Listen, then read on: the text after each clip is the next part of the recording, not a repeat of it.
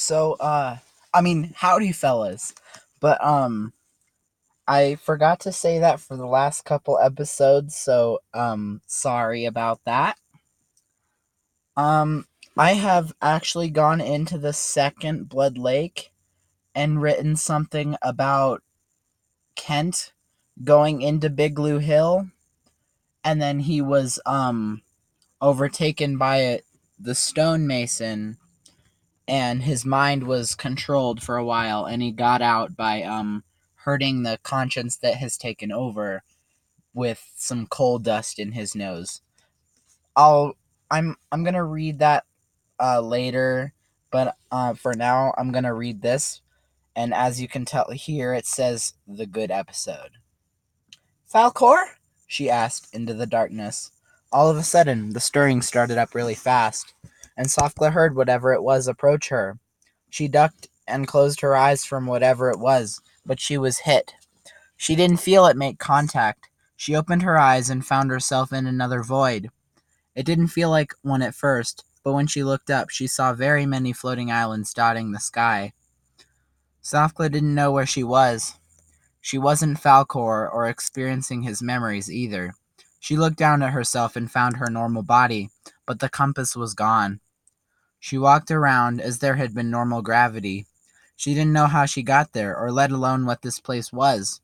But after a while, she figured out that this must be the hyperworld of the island of Laxity. Since the compass was gone, she could not escape from the void, so she was stuck there until she found something. But time was ticking. She didn't know why or how time was ticking, but she knew that she needed to find whatever she needed to find quickly. Ooh. Safkla was on her own little small... Oh my gosh. Okay. Bear with me, guys. This is still in infancy. She was still on her own small floating island. There were islands as far as the eye could see, but gentle white clouds stopped her seeing past about 3 kilometers. She looked around, seeing the other floating islands and taking their true beauty. She saw dripping from one of the islands into the lake of another one, and there was another island beside it with some sort of red mushroom. And then here's a drawing. I did this for an art class thing. She spotted a tree on her small floating island. She walked over to it and inspected it. Its wood seemed to be normal, even though there were clear reasons that this was not at all like the real world. What lay on the sky islands that were there was natural and beautiful.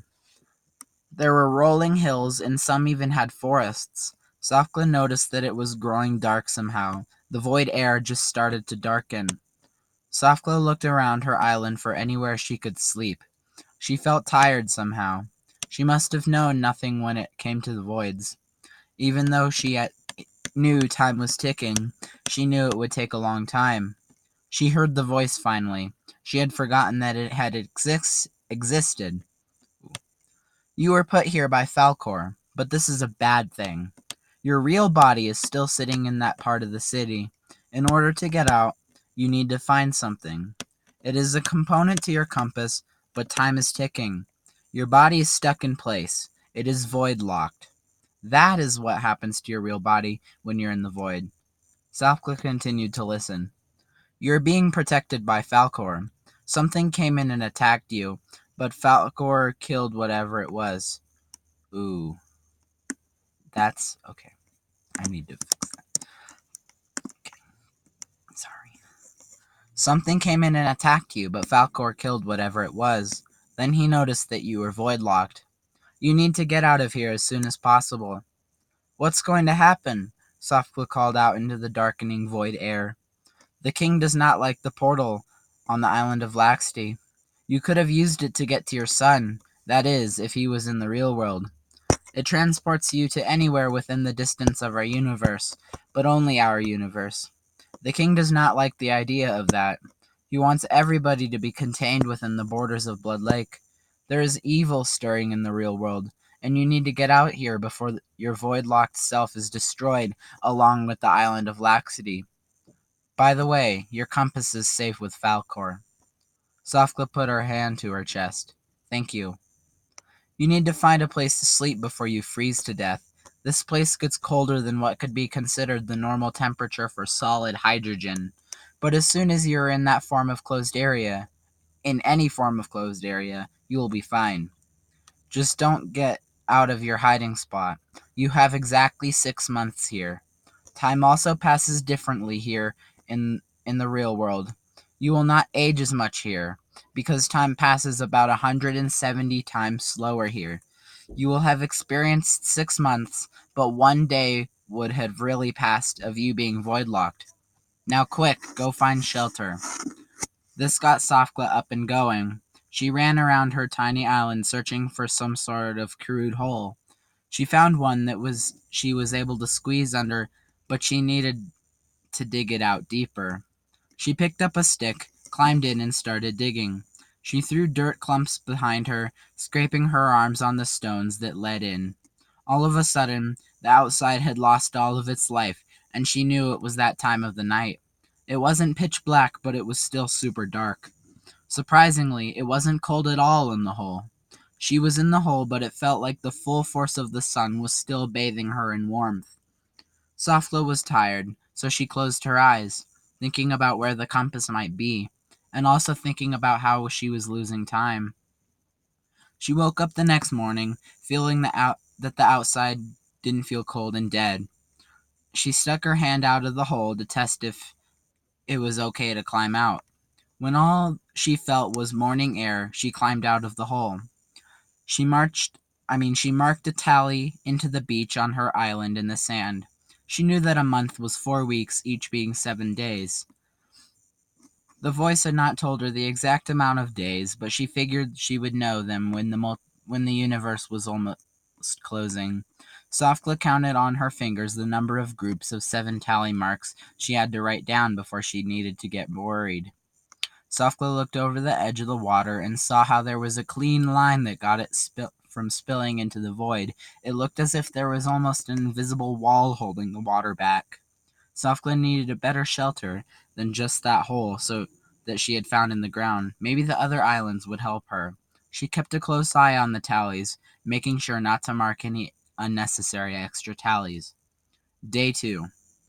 A close flying island managed to get close enough for Safkla to climb onto without falling into the void. She remembered what Aiko said and tried not to die. Plus, she still had her fear of heights, and that was a good thing. Safkla found berry bushes. She had read up before on how they were not harmful, but void berries were different. She trusted her instincts and ate them. She was really hungry. She had plucked all of the berries and jumped to her main island and tied it to a root with the vines that had hung off. She found a couple of sticks on her island that were dropped by the tree and also some grasses. She managed to make a door to her little hole and slotted it into place so it could swing open. Day 3. Safkla worked heavily on making her hole bigger this day. She dug out at least 70 pounds of dirt and stone. There were a couple of big stones, but they were still just big enough to carry. She made stairs into her hole so she could get in easier. To do this, she had to lengthen her door and scrap the old one. She just threw it over the edge. It flipped and fell slowly into the infinite void below. It was probably going to land on an island far down. Safkla had made a rectangular door. Her little underground room was coming along. She had a place to sleep, and it was always warm.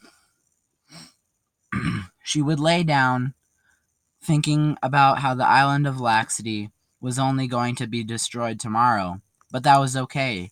But she needed to find that component soon.